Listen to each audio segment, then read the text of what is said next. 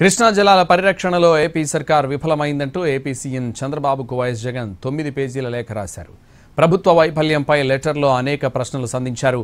ట్రిబ్యునల్లో రాష్ట్ర ప్రభుత్వం గట్టిగా వాదనలు వినిపించాలని డిమాండ్ చేశారు. KWDT2 ఎదుట జరగబోయే వాదనల్లో రాష్ట్ర ప్రయోజనాలను సమర్థవంతంగా వినిపించాలని జగన్ కోరారు. పొరపాటు జరిగితే ఏపీ రైతులు తీవ్రంగా నష్టపోయే ప్రమాదం ఉందని లేఖలో పేర్కొన్నారు. తెలంగాణకు కృష్ణా నదిలో 763 టీఎంసీలను కేటాయించేందుకు ట్రిబ్యునల్ అంగీకరిస్తే ఏపీకి తీవ్ర అన్యాయం జరుగుతుందని లేఖలో ప్రస్తావించారు. ఈ నేపథ్యంలో రాష్ట్ర రైతుల ప్రయోజనాలకు అనుగుణంగా ప్రభుత్వం తమ వాదనలు వినిపించాలని జగన్ కోరారు.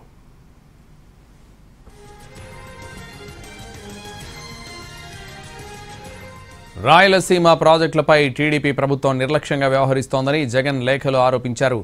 1996లో చంద్రబాబు ఏపీ ముఖ్యమంత్రిగా ఉన్నప్పుడే ఆల్మట్టి ప్రాజెక్టు ఎత్తును 519.6 మీటర్ల నుంచి 524.25 మీటర్లకు పెంచే పనులు ప్రారంభమయ్యాయని గుర్తు చేశారు.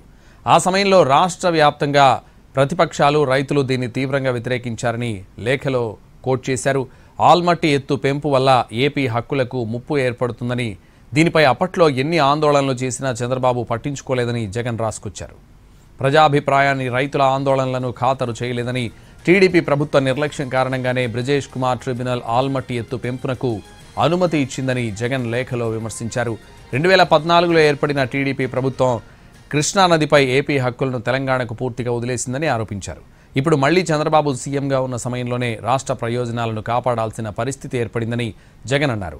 ఈ క్లిష్ట పరిస్థితిలో టీడీపీ కూటమి ప్రభుత్వం రాష్ట్ర హక్కులను సమర్థంగా కాపాడాలని, బచావత్ ట్రిబ్యునల్ కేటాయించిన 512 టీఎంసీల నికర నీటిలో 1 టీఎంసీ తగ్గినా రాష్ట్రానికి తీవ్ర అన్యాయం జరుగుతుందని జగన్ లేఖలో పేర్కొన్నారు.